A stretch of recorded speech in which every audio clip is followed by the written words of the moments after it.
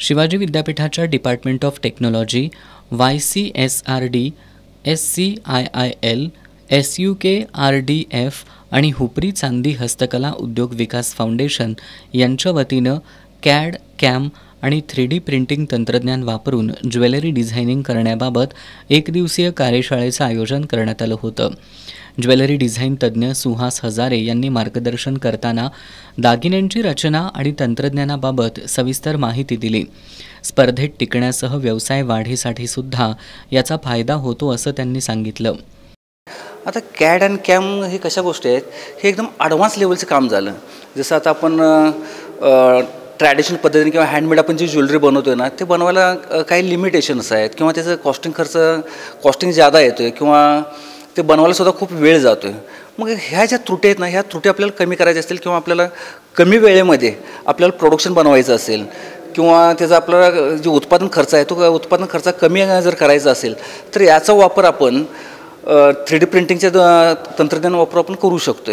तर हे जर आपण कॉम्प्युटराइज जर ज्वेलरी बनवली ना, तर कस्टमरला जशी पाहिजे तशी त्यांच्या डोक्यातील जी कल्पना आहे ती आहे अशी आपण सत्यात उतरू शकतो. त्यांना जशी पाहिजे तशी आपण त्यांना डिझाईन्स देऊ शकतो.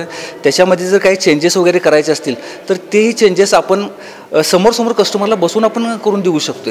हे जे फायदे आहेत. त्याच्यानंतर ती ज्वेलरी आता 18 कॅरेटमध्ये कसं दिसेल किंवा 22 कॅरेटमध्ये कसं दिसेल, 23 कॅरेटमध्ये कसं दिसेल, हे सगळं आपण कस्टमरना समोर दाखवू शकतो. प्रत्येक बिझनेसमध्ये कॉम्पिटिशन खूप चालले आणि त्यामुळे काय होलं, प्रत्येकजण आता आपली मजुरी कमी करत यायला लागला आहे. मग आता आपली मजुरी कमी झाल्यामुळे आपलं प्रॉफिट पण कमी झालं. मग याच्यामुळे आपण काय करायला पाहिजे की आपलं प्रोडक्शन कॉस्ट जे आहे ना, तीच आपण आता कमी करायला पाहिजे.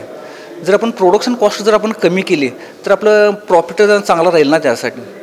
त्यामुळे आपण ही आता टेक्नॉलॉजी शिकणं गरजेचं आहे आणि आपण केलंच पाहिजे. यानंतर 3D प्रिंटिंग तज्ज्ञ तेजस पाटनावर यांनी या व्यवसायात 3D प्रिंटिंगद्वारे डिझाईन कशा पद्धतीनं बनवायच्या याबद्दल मार्गदर्शन केलं. 3D प्रिंटिंगबद्दल त्यांनी PPTद्वारे सविस्तर माहिती देत व्यावसायिकांनी उपस्थित केलेल्या प्रश्नांचं निरसन केलं. सखाराम पाटील यांनी information about advance technology centre याविषयी माहिती दिली. या कार्यशाळेचा आम्हाला फायदा झाल्याच्या भावना सहभागी व्यावसायिक अमर कुलकर्णी यांनी व्यक्त केली.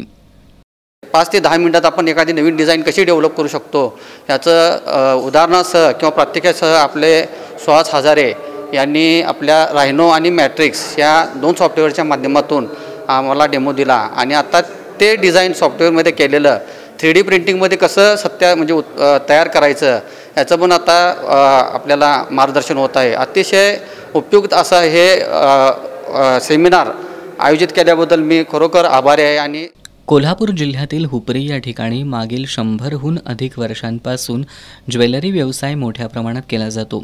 या ठिकाणच्या दागिन्यांची मागणी देशभर आहे.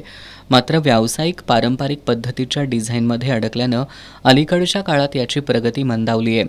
आता नवीन तंत्रज्ञानाची जोड मिळावी आणि व्यवसायाची भरभराटी व्हावी यासाठी हुपरी चांदी हस्तकला उद्योग विकास फाउंडेशननं पुढाकार घेतला आहे.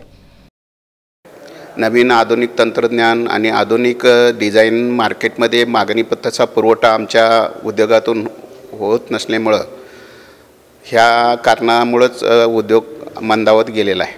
आणि आता अक्षरशः दुसऱ्या मार्केटने आमच्या सेलम, राजकोट, आग्रा ह्या ठिकाणी जी पायल बनतात त्या मार्केटमधील पायलनी आमचं मार्केट काबीज केलेलं आहे. यावर मार्गदर्शन करायचं आणि नवीन काहीतरी टेक्नॉलॉजी उद्योजकांना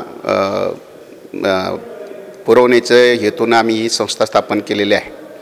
कार्यशाळेवेळी तंत्रज्ञान अधिविभागाचे संचालक डॉक्टर शिवलिंगाप्पा सपली, BTech मेकॅनिकल अभियांत्रिकीचे समन्वयक doctor Ajit Kolekar, assistant professor SB काळे, डॉक्टर वैशाली भोसले, सुधीर देसाई आदी मान्यवरांसह जिल्ह्यातील सोने चांदी व्यावसायिक उपस्थित होते.